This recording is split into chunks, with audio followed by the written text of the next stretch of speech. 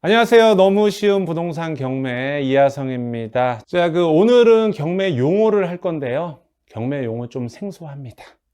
예. 대학 가도 어떤 전공을 맡게 되면은 만약에 내가 뭐 불문과를 갔다, 뭐 전자공학과를 갔다, 무슨 과별로 책을 받으면 거기에 맞춰서 그 전공 서적에 맞춘 용어가 있잖아요. 부동산도 용어가 필요합니다. 며칠 전에 공인중개사 시험이 끝났지만 부동산 용어뿐만 아니라 우리는 또 경매를 배우고 있으니까 경매 정보지, 오른쪽에 보이시죠? 경매 정보지를 보기 위해서 해석하려면 최소한의 용어 정도는 알아야 된다. 민사집행법에 의해서 경매 용어 상당히 많아요. 많은데 그걸 어느 세월에 다 해드릴 수는 없고 우리가 경매 물건 해석하는 데 있어서 문제가 되지 않는 범위 내에서 알려드리겠습니다. 갈 길이 바쁘기 때문에 우리의 목적은 부동산 재테크 경매를 통해서 수익을 창출하는 게 목적이지 공부를 하는 게 목적은 아닙니다. 이상하네. 수강 신청했는데 저도 이상해요. 예, 너무 쉬운 부동산 경매이기 때문에 말씀드린 거예요. 자, 이 경매 정보지 보이시죠? 참고적으로 말씀드리면 이 수강 신청하신 분들 요 스피드 옥션 유료 경매 정보지 2개월권을 저희가 드릴 거예요. 실제로 이 사이트 가시면 한 15만 원 상당 되는데 그렇게 저희가 서비스 해드리고 있고 앞으로 이제 이 플랫폼은 스피드 옥션 유료 경매 정보지를 할 거고요. 저희는 오늘의 경매 회사입니다. 그리고 가장 중요한 메가랜드. 예. 좀 이따 우리 팀장님이 오실 건데 비타민 잘 드셨나 모르겠네요. 자, 경매 물건 해석하는 거 말씀드릴게요. 자, 먼저 대기업 연봉이 날아가다. 이게 무슨 소릴까요? 대기업 연봉. 경매를 했는데 대기업 연봉이 날아갔어요. 3억만큼. 뭐 신입사원들 말고 일반 간부분들 뭐 한 3년에서 4년치 연봉 될 거예요. 근데 경매에 입찰을 했는데 그 금액만큼 손실을 봤던 케이스입니다. 이거 어떻게 해야 되죠? 그럼 이걸 잘못 낙찰받았나? 그거는 아니에요. 자, 서울중앙지방법원에서 있었어요. 언제 했었냐면 최근에 2020년 10월 21일 날 저희 유튜브 오늘의 경매에도 올렸었는데 아주 따끈따끈한 경매 물건이에요. 그리고 저희가 앞으로 경매 진행할 물건은 과거 낙찰 사례보다도 현 시점에서 경매 진행 가능한 거를 진행하고 있는 걸 알려드릴 거예요. 저희 이제 경매 강의의 테마는 어떠한 경매 물건이 나한테 다가서도 어떻게 접근해서 어떤 식으로 조사를 하고 권리 분석하고 입찰가 산정하고 낙찰 받을지 그거에 대해서 포커스를 맞추다 보니까 과거 낙찰 사례는 아주 특이한 케이스 아니면 많이 언급은 안 해드릴 겁니다. 어쨌든 서울중앙지방법원 교대역에 있죠. 예, 거기서 2019 타경 7069 임의경매입니다. 아, 뭐예요? 타경이 뭐예요? 조금만 기다리셔. 이제 경매용 할 거니까. 예, 그게 두 번째 강의예요. 너무 급해. 다 들려요, 지금. 너무 쉽다며 타경이 뭐예요? 메가길은 10월 20일 날 경매 10개. 예, 이제 경매가 여러 이 경매 사건을 맡는 팀이 있는데 10개에서 진행을 했다라는 얘기고, 소재지 서울시 강남구 청담동이에요. 드라마 청담동 며느리. 상당히 재밌죠? 예, 저는 못 봤어요. 예, 드라마 볼 시간은 없고. 자, 3호 빌라예요. A동, B동, C동으로 되어 있는데 C동이 나왔어요. 예, 이제 공부상은 아파트로 되어 있는데 빌라형 아파트라고 보시면 되고 상당히 입지는 좋습니다. 좀 오래되긴 했는데 예, 특정 계층이 들어오기엔 선호도가 좋고 이게 보세요. 대지권이 약 29평에다가 전용 면적이 70평이에요. 전용. 실제로 쓸 수 있는 방이 한 4, 5개 되겠죠? 자, 요 3호 빌라 고급 아파트의 최초 감정가는 31억이었는데 세상에 2회 유찰돼 가지고 약 20억까지 떨어졌어요. 20억, 64%죠. 근데 제가 부동산 알아봐서 저희도 입찰했는데 호가로 시세가 한 34억 되더라고요. 요즘에 또 부동산 대책 때문에 매물 잠김 현상이 있다 보니까 더더욱 올랐더라고요. 그럼 얘를 34억짜리가 20억까지 떨어졌어. 가슴이 막 쿵쾅쿵쾅 하죠. 근데 보세요. 신건이 약 31억이었는데 올해 7월 22일 날 24억 9,920만 원에 경매가 진행됐었어요. 24억에 약 25억에. 근데 어떻게 됐어요? 유찰됐잖아요. 한 명도 안 들어왔다는 소리예요. 근데 보세요. 요번에 10월 21일 날 26명이 들어왔네. 약 25억대. 감정가가 얼마야? 31억대 한 번 유찰돼서 20% 저감됐을 때 한 명도 안 들어왔어요. 안 들어왔는데 요번에 10월 21일 날 19억대 26명이 들어왔죠. 저희도 들어갔습니다. 네, 들어갔는데 얼마에 됐느냐? 28억에 됐어. 1등이. 2등도 20 얼마야? 27억 3천에 됐어요. 27억 3천. 전차수가 25억인데 이때 한 명도 안 들어왔는데 요번에 28억을 썼어요. 3억만큼 더 썼어. 밑에 있는 분도 2억 한 7천만큼 더 썼고요. 그 밑에 계신 분들도 전차수 24억 9,900을 넘겼겠죠. 그럼 차라리 7월 22일 날 요때 최저가 24억 9,900은 조금 양심이 없고 또 나 같은 인간이 들어올 수 있으니까 뭐 25억 2천만 썼어도 지금처럼 최근에 28억 쓴 것보다는 훨씬 낫잖아요. 약 3억 정도는 더 세이브할 수 있잖아요. 자, 그럼 보세요. 아까 제가 뭐라고 말씀드렸어? 호가가 34억. 아, 오케이. 호가고 뭐 그냥 금매라고 생각해. 아주 금매. 30억이라고 생각해요. 근데 이분은 지금 액면가 28억 썼어요. 이 고가 주택을. 요즘 같은 보릿고기에 대출도 안 나오고 죽겠는데. 그럼 뭔가 메리트가 있어야 되는데 28억이란 말이에요. 근데 저번에 차라리 25억을 썼으면 25억. 자, 25억을 썼으면 30억짜리 25억이면 5억에 대한 나름 시세 차익이 있기 때문에 이 고가 주택에 대한 뭔가 그 대출 해제는 15억 이상은 대출이 안 나오거든요. 거기에 대한 반대급부를 충분히 누릴 수 있었는데 금매가 30억이라 했을 때 28억이면 2억에밖에 차익이 안 생기는 거죠. 네. 야, 30억 금매를 30억짜리인데 20억이면 상당히 큰 거 아니냐라고 생각할 수 있는데 이 물건 같은 경우는 앞서 말씀드린 대로 평수가 약 70평이고 상당히 대형 평수고요. 특정 계층만 또 취득하실 수 있고 매각 사례가 별로 없어요. 그러다 보니까 조금 환가성이 떨어지고 앞서 말씀드린 대로 아파트 15억 이상 서울 투기과열지구는 대출이 한 푼도 안 나오는 핸디캡이 있는데도 불구하고 좀 아쉬웠던 케이스입니다. 그래서 제가 말씀드리고 싶은 건 뭐냐면은 여기 써있네. 경매는 타이밍이다. 자, 7월 22일인데 왜 안 들어왔을까요?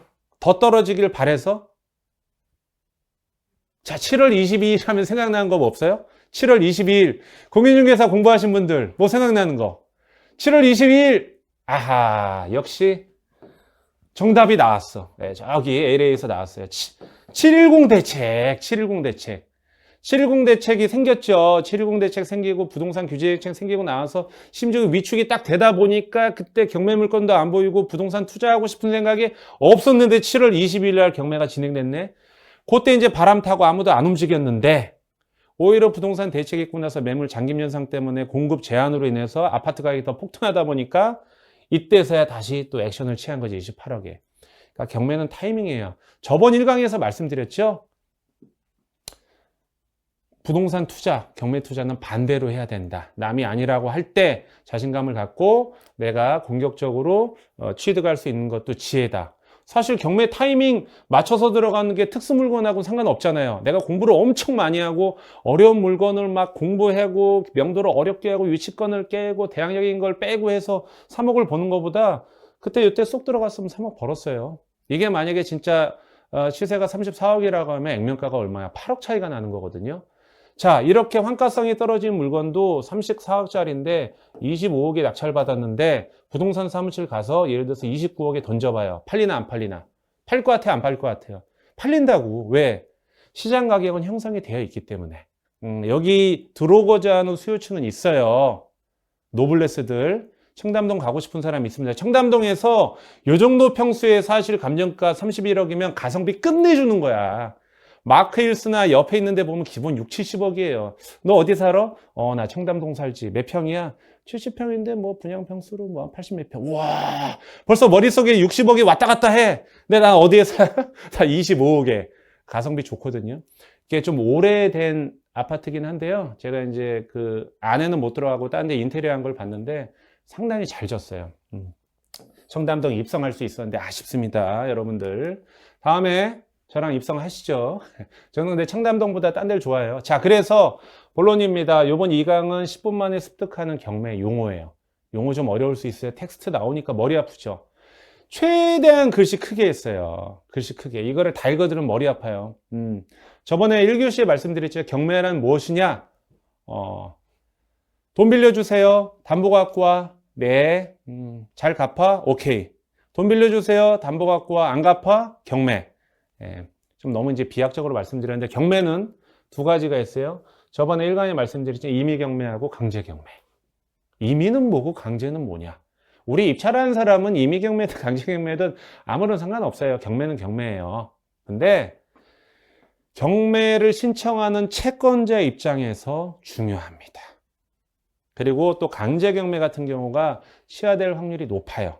자, 뭐라고 막 써있죠? 결론만 말씀드릴게요. 임의경매는 내가 돈을 빌리는 기관이 은행입니다. 뭐 은행 아니어도 근저당 설정할 수 있는데 대표적으로 은행입니다. 은행에서 돈을 빌렸습니다. 담보를 제공하고. 강제경매는 누구한테 빌렸느냐?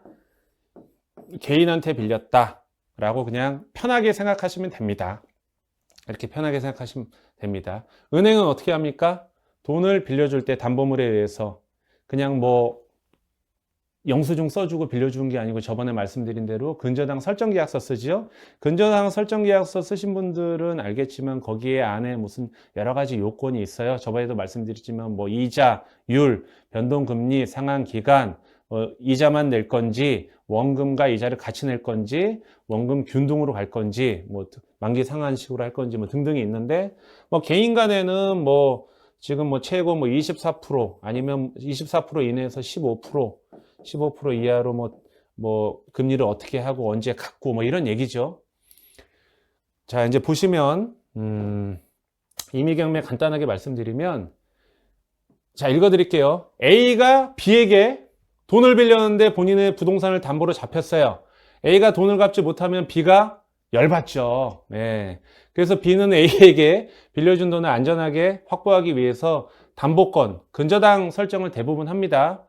A가 B에게 지금까지 빌린 돈을 갚지 못하면 B가 A에게 담보권을 원인으로, 근저당 설정했잖아요. 담보권을 원인으로 경매 신청을 해서 법원에 경매 신청해서 채권을 회수하는 방법이 임의경매입니다. 등기부에 기재가 되지요. 을구에. 통상적으로 금융기관에서 근저당 설정 계약서 하고요. 개인도 근저당 설정 계약할 수 있습니다. 특별히 경매 신청할 때 뭔가 원인 서류라든가 판결문을 갖지 않고 바로 경매 신청할 수 있는 게 임의경매입니다. 그렇기 때문에 은행에서 근저당 설정 계약서에서 진행을 하고 있고요. 아주 간소합니다. 경매는 이제 뭐 실질적 경매라고 해서 우리가 아는 경매, 그 다음에 환가를 위한 형식적 경매, 뭐 유치권의 형식 경매나 공유물 분할을 위한 형식적 경매 두 가지가 있다라는 거고요. 간소하게 경매 신청을 할 수 있다. 여러분들이 혹시 누구한테 돈을 빌려주실 때는 저기 가지 마세요. 공증사무실 가지 마시고 근저당 설정 계약서를 반드시 쓰시고 등기부에 기재하세요. 등기부에 기재할 때는 법무사 분을 통해서 을구에 기재하는 게 가장 안전합니다. 여차하면 경매되면 됩니다. 자, 표현이 좀 그랬나? 네, 좀 그러네. 네. 강제경매. B가 A에게 돈을 빌려줬는데 담보 없이 빌려주는 경우도 있잖아요. 요즘에는 뭐 돈 빌려줄 때 담보를 다 통해서 빌려주지만은 보통 개인 간 채권에서 일어나는데 뭐 A가 B한테 돈 빌렸는데 약속한 기한까지 B에게 채무 변제를 하지 않으면은 B는 여기 있잖아요. 뚜껑이 열리잖아요. 뚜껑이 열리면 열린 뚜껑을 닫아야 될 거 아니에요. 그래서 이거 돈 받을 방법이 없어. 가서 뭐라고 해도 안 돼. 요즘엔 채권 출심도 밤 9시 못 하거든요. 그러니까 변호사나 법무사 사무실 갔더니 그럼 경매를 넣어라. 경매를 어떻게 내요? 너 그 사람 돈 빌려줄 때 뭐 원인 서류 있었을 거 아니야. 뭐 차용증이라든가. 그럼 그걸 가지고 경매 소송을 해서 판결을 받으면 그 판결문을 원인으로 해서 집행을 하면 된다. 경매를 통해서 채권을 회수하면 된다라는 얘기입니다. 그래서 집행권원에는 집행력이 있는 판결 전문, 대부분 판결문이죠. 뭐 민사 조정조서, 확정된 지급명령 갖고 합니다. 자, 여러분들 보세요. 여러분들이 돈 빌려줄 때 임의경매가 나을까요? 강제경매가 나을까요? 채권 회수하려면.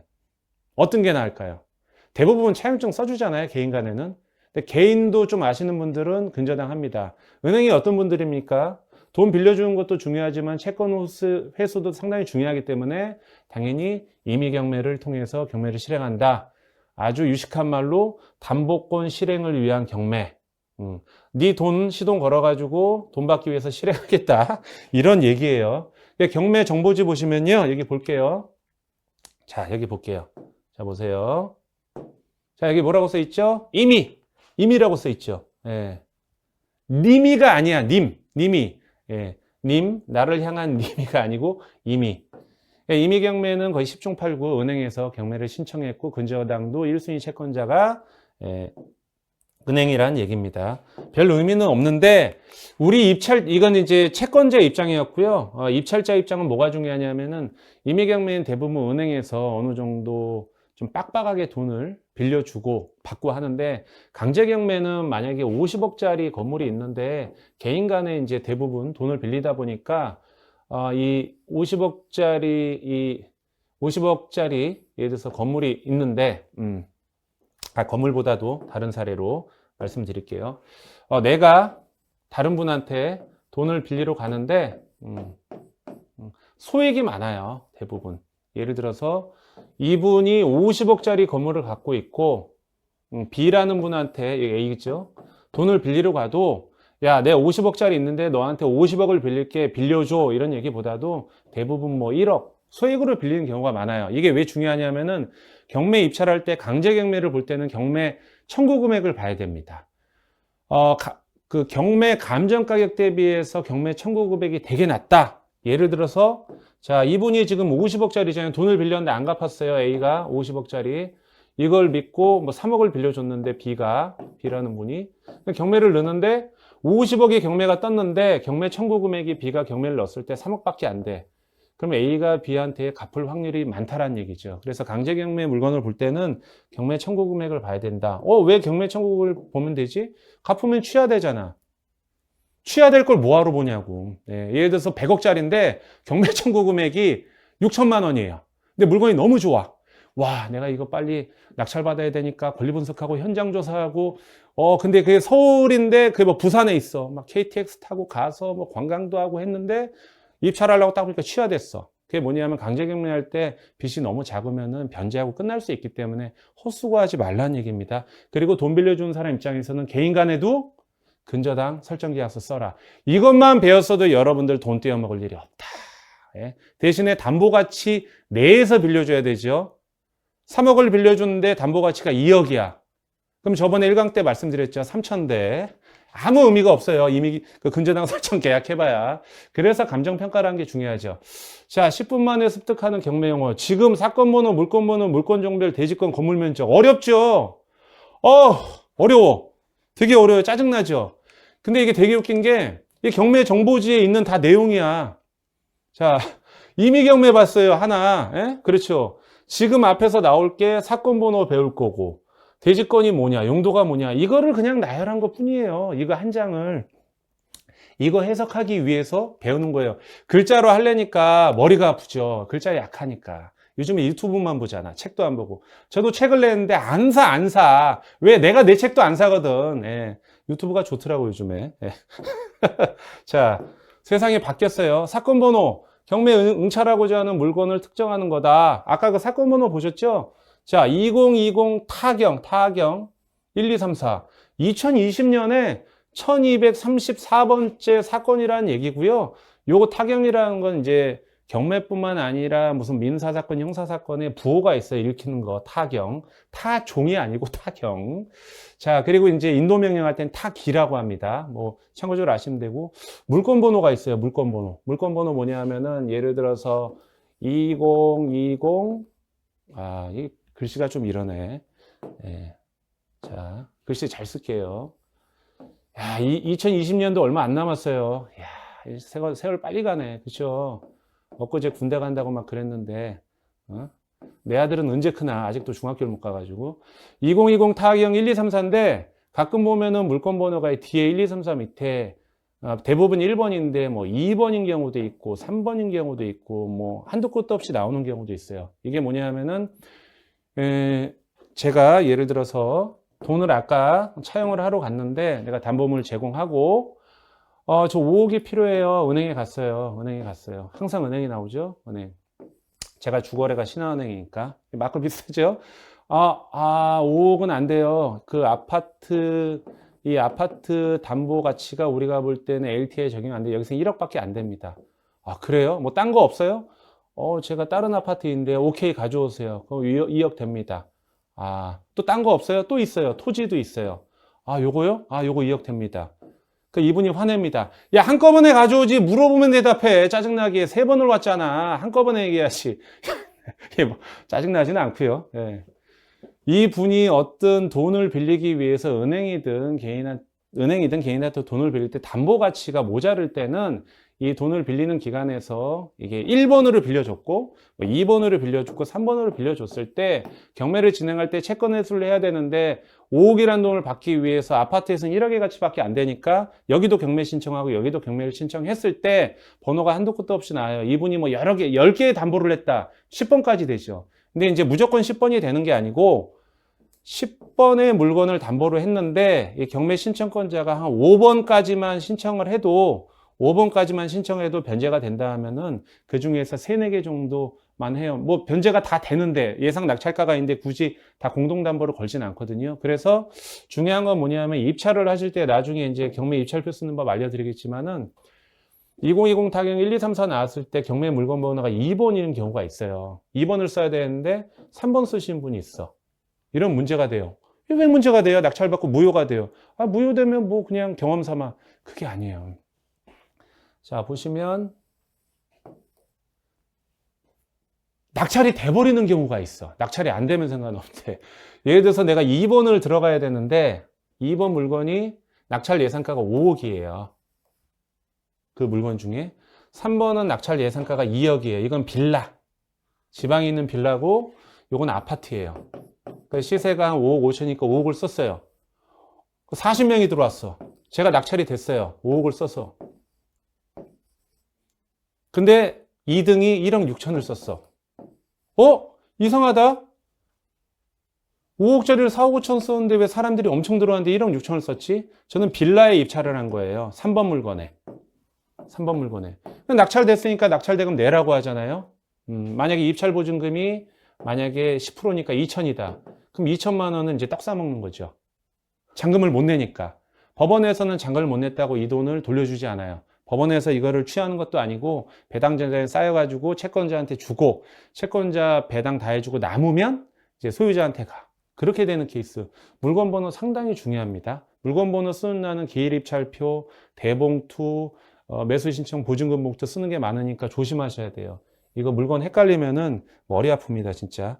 그래서 제가 말씀드렸고, 공동담보라는 게 있고, 이제 참고적으로 공동담보는 물건이 1번부터 6번까지 진행되면은 공동담보 물건은 좀 조심해야 되는 게 내가 2번을 낙찰받았는데, 1번을 낙찰받았는데, 예를 들어서 1번을 낙찰받았는데, 2번부터 6번까지 경매가 진행 중일 거 아니에요. 이게 다 낙찰이 돼야지 배당기일이 잡혀요. 배당기일이 잡혀야 1번에 내가 낙찰받았는데 안에 계신 임차인이 배당을 받아야 되는 분이 있어요. 배당 안 받는 사람은 상관없는데. 근데 배당기일이 잡혀야지 법원에서 배당금 받고 나가잖아요. 근데 2번에서 6번 낙찰받은 시간이 너무 오래 딜레이 되면 그 기간 동안 이분이 빠져나가질 못하니까 생 이자만 물고 있으니까 그런 부분은 시간적으로 좀 감안하셔야 된다. 라고 말씀드리고 물건 번호는 2개 이상의 개별 물건을 진행하는 경우에 각 개별 물건 2020 타경 1, 2, 3, 4, 3번과 같이 표시한다. 뭐 그런 얘기고 사건 번호 외에 응찰하고자 하는 물건의 번호를 반드시 기재하라고 기일 입찰표에도 써 있어요. 물건 종별. 근데 대부분 경매 물건은 1번이에요. 대부분. 사업하시는 분들이 이제 큰 사업하시는 분들이 이제 그 뭐 공동 담보 물건을 제공한 경우가 많은데 자, 물건 종별. 아까 앞에 거 뭐였어요? 아파트였잖아요. 뭐 크게 주거용, 상업용, 토지, 기타, 뭐 공장, 어업권, 뭐 자동차도 있습니다. 자동차 경매. 나중에 시간 날 때 한번 해볼게요. 대지권이 뭘까요? 대지권. 예. 토지 면적 얘기하는 겁니다. 거기는 뭐 대일 수도 있고 지목상 전, 답, 과, 뭐 공장용지 뭐 등등이 있을 수 있다라는 얘기고. 자, 그리고 뭐 참고적으로 대지권에 해당되는 건물이 있잖아요. 전유 부분과 절대로 분리할 수 없다. 뭐 이런 내용이고요. 갑자기 이 문구를 보니까 예전에 공인중개사 공부했던 게 생각나네요. 대지권이랑 너무 어려웠어. 그 용어가 너무 생소해서 알고 봤더니 내 땅에 야 너 몇 평이야? 이제 그 얘기 하는 거예요. 건물 면적. 너 몇 평에서 살아? 이 얘기예요. 전용 면적. 분양 평수가 아니고요. 통상 건축물에 기재되는 전용 면적. 자, 대지권의 기준이 되는 건 토지 이용 계획 확인원. 건축물 면적의 기준이 되는 건 건축물 대장. 소유권과 소유권 외의 기준이 되는 건 뭘까요? 집문서, 등기사항증명서, 등기부 등본입니다. 중요하죠. 나중에 다 강의 때 말씀드릴 거예요. 벌써부터 졸고 계세요? 지금 아까 경매 정보지에 있는 거 얘기하고 있어요. 이 정도도 안 되면 안 돼. 아무리 실전 경매여도 좀 하셔야지. 자, 매각 물건, 매각하는 물건의 종류를 말하죠. 예를 들어서 토지 및 건물, 일괄 매각. 아니, 부동산을 내가 주택을 낙찰받는데 그럼 토지하고 건물하고 같이 낙찰받지 따로 받아요? 그런 경우도 있습니다.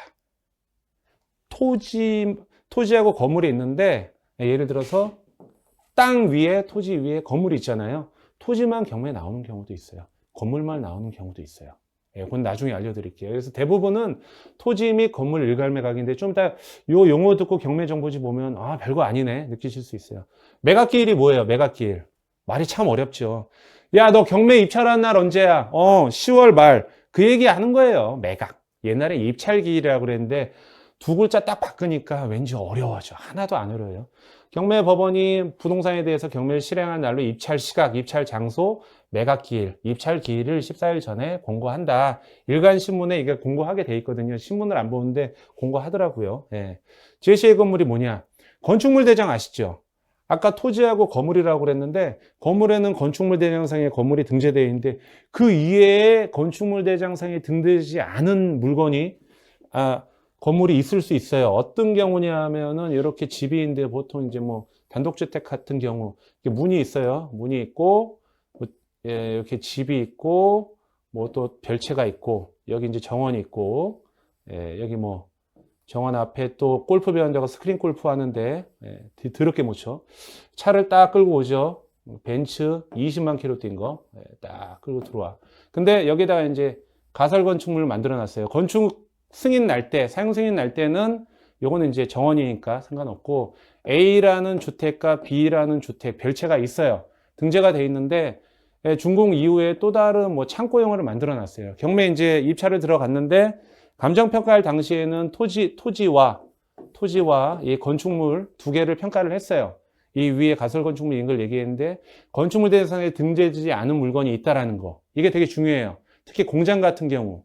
기계기구뿐만 아니라 이런 제시에 건축물 대장상에 공부되지 않은 물건이 매각에 포함되어 있으면 등재되지 않았다 하더라도 토지 및 건물 이외의 제시의 건물까지 다 포함되어 있다 하면은 낙찰받고 기존 소유자하고 실갱할 일 없어요.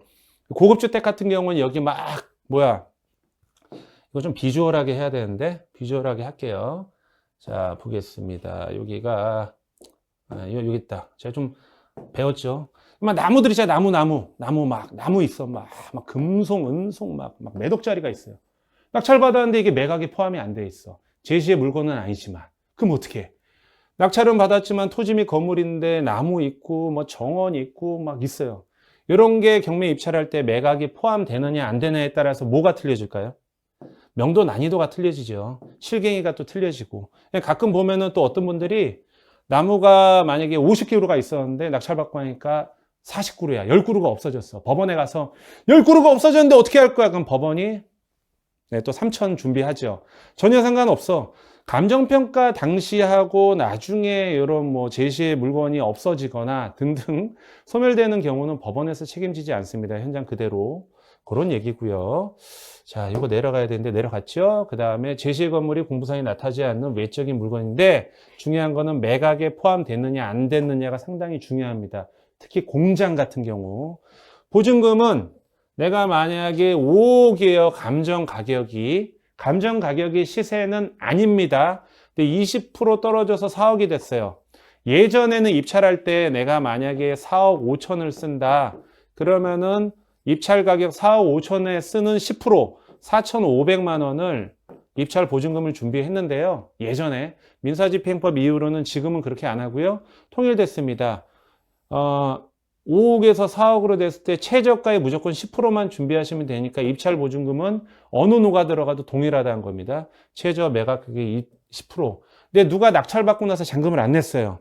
그럴 경우에는 최저 매각 가격에 법원에서 20% 40, 이거는 20% 30% 저감된다는 얘기고, 누가 잔금을 냈는데 잔금을 안 냈을 경우에는 이 최저 매각 가격의 뭐 20%에서 30% 준비하셔야 됩니다. 공교롭게 20, 30%가 다시 나와서 제가 약간 착각을 했네요. 자, 입찰표는 입찰 참가하기 위해서 입찰 가격을 써야 된다는 얘기입니다. 당일날 뭐 사건 번호 써야 되고 물건 번호 써야 되고 누군지는 얘기해야 되잖아요. 입찰자의 성명, 주소, 입찰 가액. 제일 중요한 거 입찰 가액을 얼마 쓸까? 그래서 준비하는 거죠. 자, 너무 쉬운 부동산 경매예요. 예. 이 이상 쉽게 가르칠 수는 없어요. 예. 용어는 그냥 한번 읽어주면 되는데 이렇게 살을 붙여. 예. 그래서 제가 살이 찌나 봐. 예. 경매 개시 결정이에요. 예. 경매 신청 요건이 구비되었다고 판단되면 누가 이제 보통 은행에서 경매 신청해 주세요. 채권 금액이 회수가 안 돼요. 그러면은 법원에서 오케이 경매 신청 요건이 구비됐다고 판단하면은 법원에서 경매 절차를 개시하죠. 알았어. 근데 경매 절차 개시할 때 무료는 안 되니까 경매 신청하는 예납 비용을 내야 됩니다. 땅 파서 장사하는 건 아니죠. 공무원들 월급도 줘야 되고 또 이것이 경매 개시 결정이라는 얘기죠. 집행법원에서 뭐 직권이나 이해관계인의 신청에 따라서 직권으로 하기도 하고 이해관계인 대부분 이제 뭐 채권자죠. 부동산에 대한 침해 방지하기 위해서 필요한 조치를 하고 처음 경매 신청하면 무조건 하는 게 아니고요. 등급에 이제 압류를 명한 다음에 그 사유를 등급에 기재합니다. 경매 개시 결정. 야, 너 개시했냐? 그 얘기예요. 개시했어. 그렇게 편하게 생각하시면 용어가 어려운 건 아니에요. 권리신고. 법원에서 얘기해요. 신고하라고. 야, 너 경매 당하지? 야, 너 임차인데 너 경매 당한 집에 살고 있지? 너 채권자인데 경매 신청했지? 너 경매 신청한 채권자 아닌데 경매 진행되고 있지? 돈 받을 사람들 컨디션 법원에다가 신청해라는 기간이 있어요. 배당 요구와 달리 권리자, 경매 채권자뿐만 아니라 거기에 등기부상에 걸려있지 않은 사람까지 법원에서 권리신고하라고 권리신고 기간에 다 얘기를 합니다. 또 별도로 배당 요구를 하라. 왜 그러냐 하면은 나중에 배당을 배우는데 5억이 낙찰이 됐으면 만약에 이 금액으로 뭐 0순위 배당권자가 있고 1순위 배당권자 있고 2순위, 3순위, 4순위 있을 거 아니에요. 뭐 0순위에서 만약에 뭐 500만 원 가져갔다. 1순위에서 1억 가져갔다. 2순위에서 2억까지 갔다. 3순위에서 뭐 3억 가져가야 된다. 근데 500을 그냥 뺀다 하더라도 1억, 2억, 3억, 6억이잖아요. 그럼 5억인데 얘까지는 100% 배당받고 얘는 1억이 미배당되지 않습니까? 나머지는 다 못 받고 그렇기 때문에 배당 순위를 합리적으로 보기 위해서 권리신고를 한 거예요. 거기 임차인이 보증금, 다른 채권자, 배당이 되게 중요합니다. 입찰한 사람이 배당이 중요하지 않다라고 생각할 수 있는데 돈 받을 사람 상당히 중요한데 배당 중요해요. 입찰하는 사람도. 왜? 아까 그 1교시 때도 말씀드렸잖아요. 내가 명도하려고 하는 임차인이 입찰 보증금이 2천만 원, 많으면 2억을 다 날리는 사람들 명도하기 쉽지는 않겠죠. 그거를 사전에 경매정보지 보고 배당 계산해서 입찰을 해야 된다. 그거를 낙찰가 산정하는 지혜가 필요하다. 명도 난이도를 금액으로 봐서도 대략 잡을 수 있다라는 얘기고요. 배당 요구 종기일, 집행법원은 경매 개시했잖아요. 결정하면은 압류의 효력이 발생되면 일주일 이내에 배당 요구할 수 있는 종기일을 첫 매각계획 이전으로 정합니다. 예. 제3자에게 대항할 수 있는 뭐 등기부에 기재된 사람, 물건 또는 채권을 등기부에 등재하지 않은 사람, 등기부에 기재되지 않은 사람은 반드시 배당 요구해야 돼요. 공인중개사 시험 준비하신 분들 있잖아요. 대부분 합격하셨죠? 주택 임대차 보호법에 의해서 소액 임차인 있잖아요. 무조건 배당 받는 거. 서울에서 뭐 3,700, 뭐 지방은 얼마. 가만히 있는다고 해서 우선 0순위로 배당해 주지 않아요. 그런 분들도 반드시 배당 요구해야 된다라는 그런 얘기입니다. 예. 자, 10분 만에 습득하는 경모 용어. 10분 넘었는데 용어는 5분도 안 했어. 살분치기에 지금 20분이 넘었어요. 힘들어. 대금 지급 기한입니다. 민사집행법에 사용된 대금 지급 기한이 뭐예요? 이것만 해도 연상이 돼. 우리 다 엘리트잖아. 너 낙찰 받았어? 돈 내 임마. 그 얘기 하는 거예요. 언제까지요? 기한. 언제까지 내? 그 얘기를 이렇게 쓰니까 머리가 아파. 뭐 이렇게 어려워 학자들은. 민사집행법이 적용된 사건의 매각 결정이 확정이 되면 그래서 법원이 대금의 지급 기한을 정하고 이를 매수인이 머리 아파 넘어가. 예. 돈 내라는 기한 준 거예요. 참 그래요. 예. 경매 신청 취하. 취하가 뭐죠? 채권자가 경매 신청했는데 채무자가 돈 갚았어요. 취하. 야, 경매 없었던 걸로 하자. 그 얘기예요. 경매 신청 후에 경매 기일에서 적법한 매수의 신고가 있을 때 임의로 경매 신청하는데 뭐 취하할 수 있고 뭐 그런 얘기입니다. 예. 근데 이제 예를 들어서 누가 낙찰이 됐잖아요. 낙찰이 됐으면은 필요에 따라서 강제 경매 같은 경우는 매수 신고인과 차순위 신고인의 동의가 필요하다. 뭐 그런 얘기입니다. 그건 차차 말씀드릴게요. 말소 기준 권리가 사실 제일 중요합니다. 말소 기준 권리를 알고 있으면 권리 분석의 구분홍선은 넘었다. 말소가 뭐죠? 말소 없어진다. 말소 없어지는 기준의 권리. 그럼 예를 들어서 A가 있고 B가 있고 C가 있고 D가 있고 따다다 Z가 있어요. 근데 말소 기준 권리가 B예요. B. 이제 권리라고 칠게요. 등기부상, 뭐 등기부에 있는 권리든 채권이든. B가 말소 기준 권리면 얘를 기준으로 얘를 포함해서 모든 권리가 없어진다는 얘기예요. 그러면 우리가 권리 분석할 때 말소 기준 권리만 찾으면 되고, 말소의 기준 권리보다 선순위로 돼 있는 거, 무슨 등기부상에 기재되어 있거나 아니면 임차인의 보증 금액은 인수한다는 얘기입니다. 물론 뭐 등기부에 기재되지 않아도 다른 권리도 뭐 유치권 같은 경우 인수할 수 있는데, 말소 기준 권리를 통해서 우리가 권리 분석을 할 수 있는데, 저당권, 근저당권, 압류, 가압류, 담보가등기, 경매신청등기, 전세권 정부. 어렵죠. 이게 무슨 용어야? 저당권은 뭐고, 근저당은 뭐고, 압류는 뭐고. 대부분 말소 기준 권리가 되는 거에 90%가 근저당권이다. 근저당 설정은 누가 하나? 은행에서 하다. 개인도 한다. 일단 이것만 알고 계셔. 예. 대부분 여기서 다 걸려요. 차차 알려드릴게요. 요것만. 대부분. 사실은 요것만 알아도 끝났어. 근데 이거 어떻게 풀어나가? 예. 자, 10분 만에 습득한 용어. 대항력이 뭐예요? 대항력? 대항. 야! 하면, 하는 게 대항력이에요. 예. 피하는 사람 있잖아요. 야! 하면, 예! 하고 빠져나가는 사람이 있고, 야! 하면은 들이대는 사람이 있거든요. 예. 내가 낙찰받고 나서 어떤 사람한테 안에 점유자가 됐던, 대부분 점유자죠. 점유자한테 당신 나 낙찰받았으니까 나가주세요 했을 때, 아니야, 난 여기서 계속 살 권리가 있고 너한테 돈 받을 권리가 있어 하는 사람이 대항력입니다.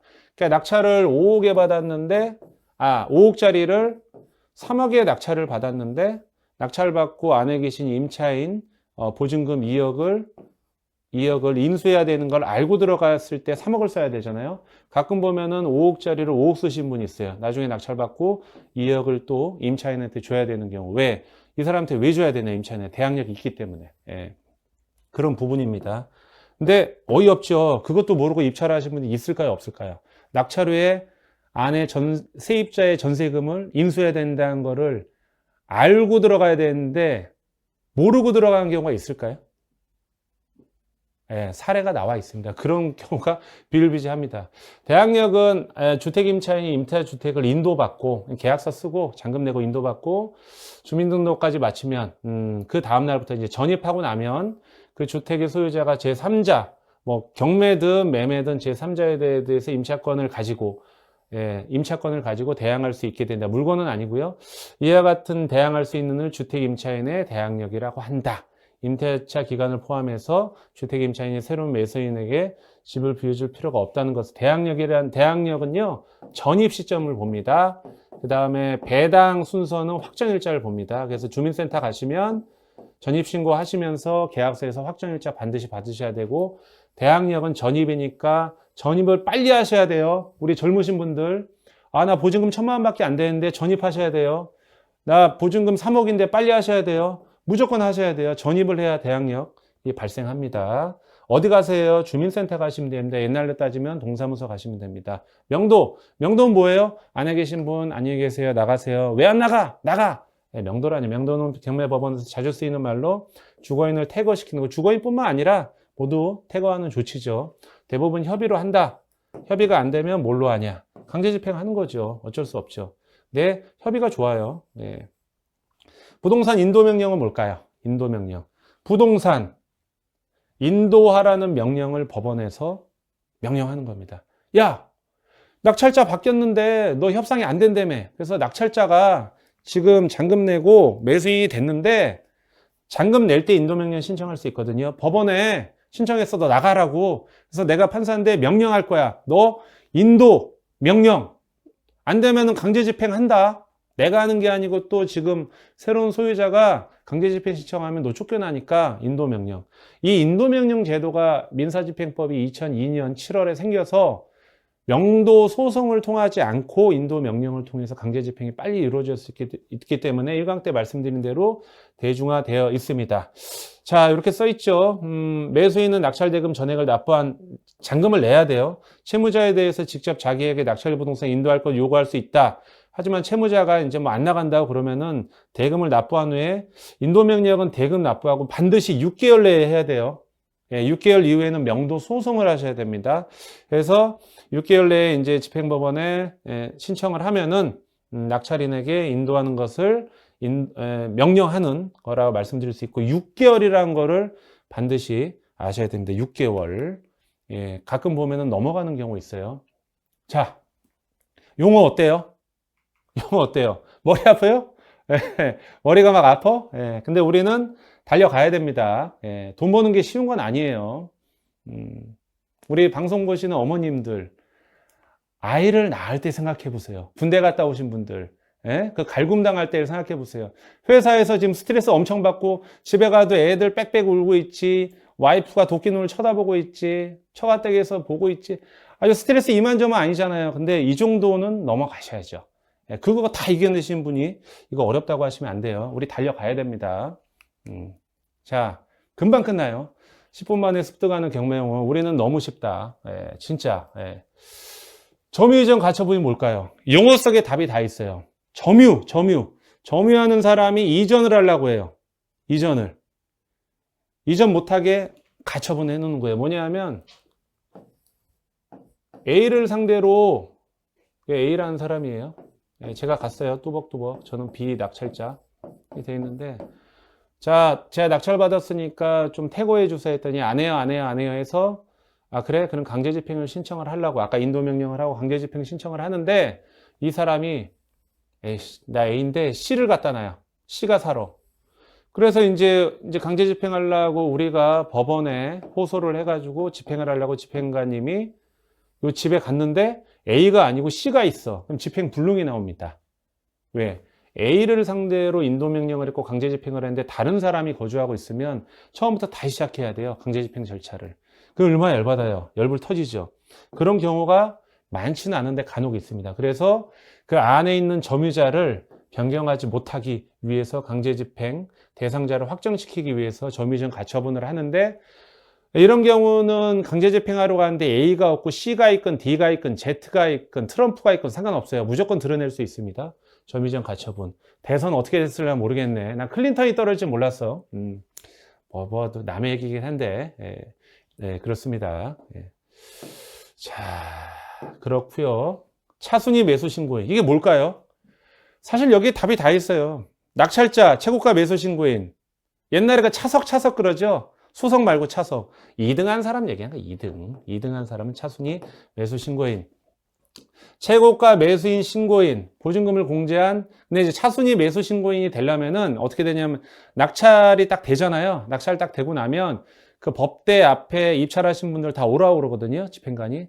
그럼 낙찰 받은 사람이 낙찰됐고, 차순위권에 들어가는 금액 안에 있으면은 차순위 매수 신고하실 분 손 들어보세요 하거든요. 그때 손 들면은 차순위 매수 신고인이 되는 거고, 아니면은 그 사건 바로 종결합니다.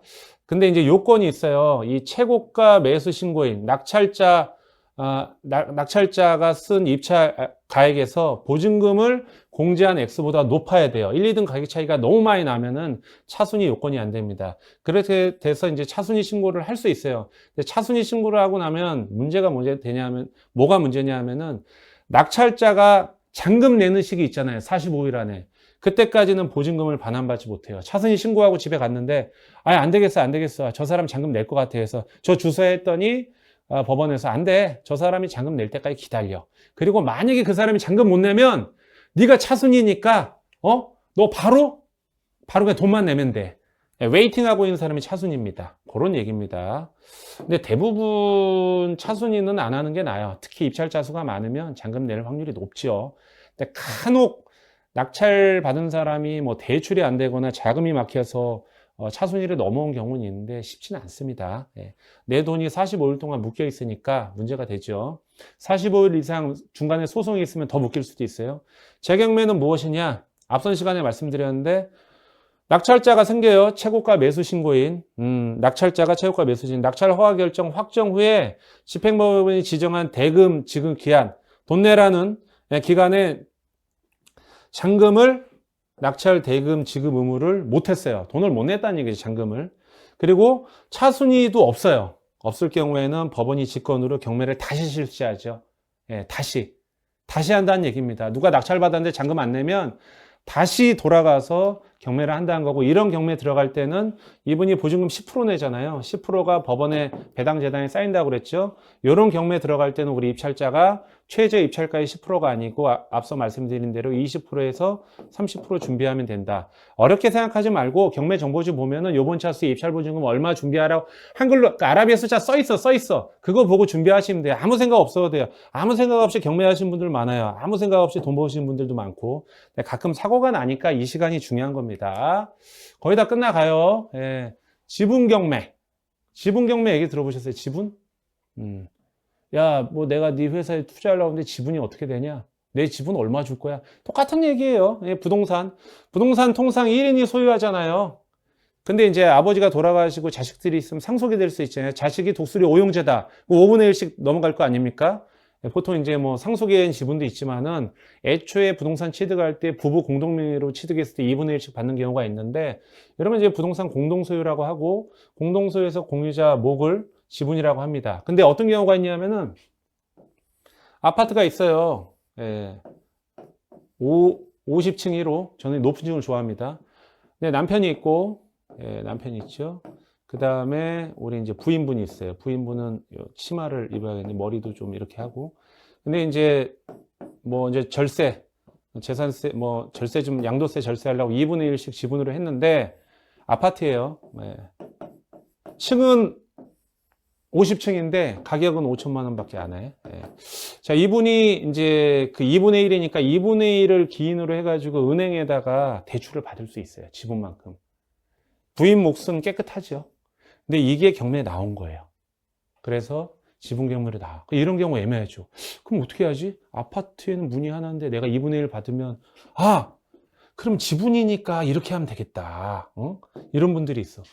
이렇게 문이 있는데 여기 현관문이잖아. 이렇게 돼 있는데 거실이 이렇게 있고 방이 있으니까 이 안방 쪽은 내가 2분의 1을 하고, 여기 화장실이랑 별로 안 좋은 이쪽은 이 여자분한테 원래 주인한테 하라고 하지. 이건 안 돼요. 지분은 특정되어 있지 않습니다.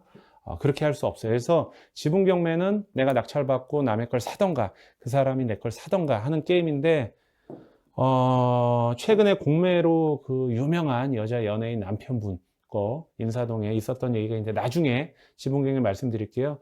우선 매수권은 뭐냐? 이 지분 경매랑 일맥상통합니다. 뭐냐 하면은 만약에 50억짜리 건물이 있는데 상속을 받았어요. 아까 말씀드린 대로 독수리 오형제가 받았는데 큰형이 좀 잘못돼가지고 자기 지분만큼 경매가 진행됐어요. 그럼 사형제는 멀쩡한데, 엄한 놈이 들어와가지고 아버지가 물려준 재산에 또 5분의 1만큼 건물주행세를 열받잖아요. 이랬을 때 이 사람들도 입찰을 참가할 수 있습니다. 어떻게? 요 분이 낙찰을 받은 가격이 만약에 40억이다. 그러면 앞에서 얘기를 해요. 법대에서 집행관이. 자, 공유자 우선 매수 신고하실 분. 그러면 이분이 40억 정도 되면은 우리가 손들어도 되겠다. 손을 딱 들면은 이분 낙찰받은 금액이 내가 사는 걸로 확정이 되는 거를 한번 기회를 줘요. 왜 그러지? 이씨, 내가 낙찰받았는데 왜 이 사람한테 뺏기지? 왜 그러냐면은 부동산에 있어서 지분관계가 복잡하면 나중에 소송의 여건도 있을 수 있고 여러 가지 문제점이 도래할 수 있기 때문에 공유자한테 한 번의 기회를 줘요. 그래서 최고가 매수 신고인과 같은 가격으로 채무자의 지분을 우선 매도하겠다는 신고를 할 수 있다. 근데 우선 매수 신고하려면 어떻게 돼야 돼요? 우선 매수를 선으로 할 수도 있고 당일날 할 수도 있거든요. 미리 할 수도 있고. 미리 할 필요는 없죠. 만약에 50억짜리인데 누군가가 낙찰을 60억에 낙찰받았어. 그럼 더 해피할 수도 있잖아요. 갑자기 돈을 버니까. 근데 이제 만약에 어떤 사람이 30억까지 떨어져서 이거를 취득했어. 억울하잖아요. 그때 하면 되잖아요. 굳이 당일날. 그러니까 입찰할 때마다 가셔야 돼요. 근데 가끔 보면은 공유자 우선매수 신고 안 하고 흘러가는 경우도 있습니다. 그런 큰 맥락이고, 위반 건축물은 뭘까요? 건축물 대장상에 건축물 대장 나중에 보여드릴 건축물 대장에 이렇게 있으면은 이 오른쪽 위에 이렇게 색깔이 있어요. 색깔이 내가 빨리 배웠지? 내가 여기 위반 건축물이라고 쓰여져 있는 게 있거든요. 예, 위반 건축물 이렇게 쓰여져 있는 거를 입찰하는 데 있어서 좀 조심하셔야 된다. 위반 건축물 사항은 여러 가지가 있어요. 뭐 한 평, 두 평 경미하게 위반이 돼 있는 건 상관이 없는데, 입찰을 할 때 아주 치명적으로 많은 평수라든가 무단 증축, 용도가 많은 평수가 이렇게 변경이 돼 있을 때는 우리가 입찰하고 나서 잔금을 낼 때 대출이 안 나와요. 그러한 경우 때문에 위반 건축물 중요시해야 되고, 경락잔금 대출의 제한이 있고 또 이행강제금이 나오고 원상복구 의무가 있으니까 그런 내용입니다. 거의 다 끝났나요? 네, 끝나갑니다. 자, 임차권 등기 뭐예요? 임차인이 왜 등기를 하죠? 전세보증금이나 월세 반전세 임대차 기간이 끝났는데 돈을 안 빼주는 거야, 돈을. 나는 서울에서 살다가 원래 본집 부산으로 가야 되는데 서울에 취직을 했는데 잘렸어. 그래서 내려가야 되는데 돈도 안 빼주네. 아, 정말 내 인생 왜 이래? 근데 안 빼줘. 근데 부산에 가야 돼요. 잘렸는데 또 저기 어떻게 배를 타게 됐어. 좋게. 그래서 임차권 등기가 종료되는데 보증금 반환을 못 받으면 임차인이 주구장창 돈 받을 때까지 점유할 수는 없잖아요. 그러니까 임대인한테 동의 얻는 게 아니고 임차주택 또는 임차건물의 소재지 관할법원에 임차권 등기명령 제도를 통해서 등기를 하고 가는 거예요. 그럼 대항력이 유지가 돼요. 차후에라도 내 이후에 누가 들어와도 상관없어요. 그 순위 유지를 하기 때문에 임차권 등기를 해야 된다는 거고. 왜? 대항력 앞서 말씀드렸죠. 대항력은 뭐라고 그랬어요? 전입이 요건이라고 그랬죠. 전입을 빼면은 대항력이 소멸돼요. 내가 1순위였는데 5순위가 되면 어떻게 경매당하면 열받잖아요. 그래서 임차권 등기를 해서 대항력을 유지하기 위해서 임차권 등기합니다. 가등기, 본등기를 치기 위한 가짜 등기예요. 쉽게 얘기해서. 여차하면은 채권 채무관계에 의해서 아니면 어떠한 이해관계에 의해서 등기부에 기재한 다음에 야, 너 정한되면 내가 가등기 쳤으니까 본등기 해가지고 소유권을 내 앞으로 가져올 거야 라는 얘기인데, 이게 왜 중요하냐? 우리 입찰할 때 가등기, 선순위 가등기 경매물건이 있거든요. 담보가등기하고 보존가등기가 있는데, 보존가등기는 낙찰받고 나서도 나중에 가등기권자가 보존가등기 신청을 해버리면 소유권이 뺏겨요. 담보가등기는 저당권처럼 되어 있기 때문에 소멸됩니다. 그러니까 선순위인데 말소기준 권리보다 앞서 있는데 가등기가 담보가등기인지 보존가등기 몰라. 그럼 입찰하시면 안 돼요. 대부분은 담보가등기인데 큰일 나요. 낙찰받고 나서 3년째 잘 살고 있는데 갑자기 어떤 사람이 나가 그래. 왜? 야, 등기부등본을 바꿔줘. 소유자 바뀌었다고. 이게 뭔 소리야. 내가 법원에서 했는데 법원 막 달려가. 지금 뭐야? 내가 법원에서. 야, 그럼 네가 알아서 해석해야지. 법원에서 면책사유입니다. 눈이 이마해지죠. 1억짜리 사도 열받는데 100억짜리를 샀어. 어떻게 해? 어떻게 하냐고. 이거는 경매뿐만 아니라 내 경매물건 대부분은 뭐다? 담보가등기다. 왜? 입찰할 때 경매 신청권자한테 너 보존이야 담보야 그랬는데 보존인데요. 그러면 법원에서 보존이면 낙찰자가 뺏기겠구나. 그러고 진행해요? 그러진 않죠. 근데 안일하게 갈 수는 없어요. 경매는 사람이 진행하는 거니까 보존가등기일 수도 있을 수 있다. 가처분은 뭐냐? 금전채권 이해 청구에 대해서 장래의 집행을 보존하기 위해서 가등기가 아니는 뭐 처분금지, 가처분 등등 해서 가처분 말 그대로 본처분하기 전에 금전채권 이외의 청구권에 대한 장래의 집행을 보존하기 위한 건데, 그렇게 우리 입찰하는데 큰 문제점은 없고요. 선순위 가처분 같은 경우도 어떤 부분인지 좀 보시면 될 것 같아요. 예고등기 뭐냐면은 소유권 내가 낙찰을 받았는데 기존의 주인, 지금 경매 당하는 주인 말고 그 전 주인이 쉽게 얘기하면은 지금 B가 경매를 당하고 있어요. 이분이. 저는 C인데 낙찰을 받았어요. 근데 A라는 분이 야, 이거 원인 무효야. 내가 이 사람한테 매매를 했는데 이거 원인 무효에서 매매가 넘어갔기 때문에 이건 취소해야 돼. 취소. 이 소송을 하고 있어요. 이 소송 중이라는 걸 예고하는 거예요. 이걸 알고 들어가는 거지. 그러니까 등기의 무효, 현재 경매 당하는 사람이 기존의 주인과 등기의 무효 또는 취소로 인해서 말소 또는 회복의 속에 제기는 경우 이거를 제3자에게 경고하기 위해서 예고 등기하는데 별로 없어요. 예고 등기. 다 끝났어요. 예, 지금 보면은 주무시는 분들이 있어. 그러면 안 돼. 지금 여러분들이 이 집안에서 말이죠. 이 귀중한 시간을 내 가지고 남들이 안 하는 경매. 지금 시기래니까 다 끝났네. 법정재산권이 뭐예요? 저당물로 인해서 토지와 건물이 각각 다른 소유자. 이게 무슨 소리야? 예, 집이 있어요. 건물이 있는데 토지하고 건물이 있는데 토지 소유자가 A면은 자기 토지 위에 건물 지면 A잖아요. 예? 근데 이제 그 저당권에 의해서 경매가 이제 건물만 나왔는데 이게 B로 돼요. B로. 소유자가 건물이 B로 돼. 이럴 경우에는 토지 소유자가 이 B 소유자 지상권을 설정한 거를 본다라는 게 법정 지상권인데 이건 용어니까 후반부에 좀 심화로 말씀드릴게요. 다음 이제 강의에서 말씀드릴 부분이 있고 분묘 기지권은 뭐예요? 경매 입찰 받았는데 이거야 이거. 뭐냐면은 입찰을 받았죠. 보통 산을 받았는데 저 산을 내가 받았다 했는데 막 무덤이 엄청 나와. 야 이거 어떻게 하냐 이거 어떻게 하냐 이게 뭐 야 이거 뭐 죽겠다 공동묘지 아니고 막 미치겠네. 우리나라 왜 이렇게 많어. 예. 예, 분묘가 있는 물건 낙찰 받았다는 얘기예요. 예, 근데 이 내 땅에 분묘가 있으니까 야 빨리 파가지고 이장해. 그건 안 된다는 얘기지. 왜? 일종의 지상권과 같은 유사한 일종의 물건이기 때문에 분묘 개장을 한다던가 공고를 통해서 해야 되는 부분이 있고요. 분묘 또 취득 시기가 있다라는 거죠. 예, 그런 부분. 대부분 임야. 임야가 뭐예요? 너무 어려워. 임야. 산. 예, 예. 예, 부동산 용어 몰라도 상관없습니다. 왜 그러냐면 제가 하나씩 알려드리니까. 자, 보시면, 예. 내가 이것까지 만들었어. 다시 볼까요? 예.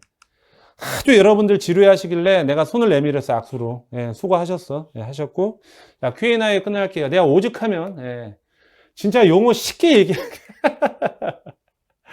자, 실전 경매, how, 예. Q&A.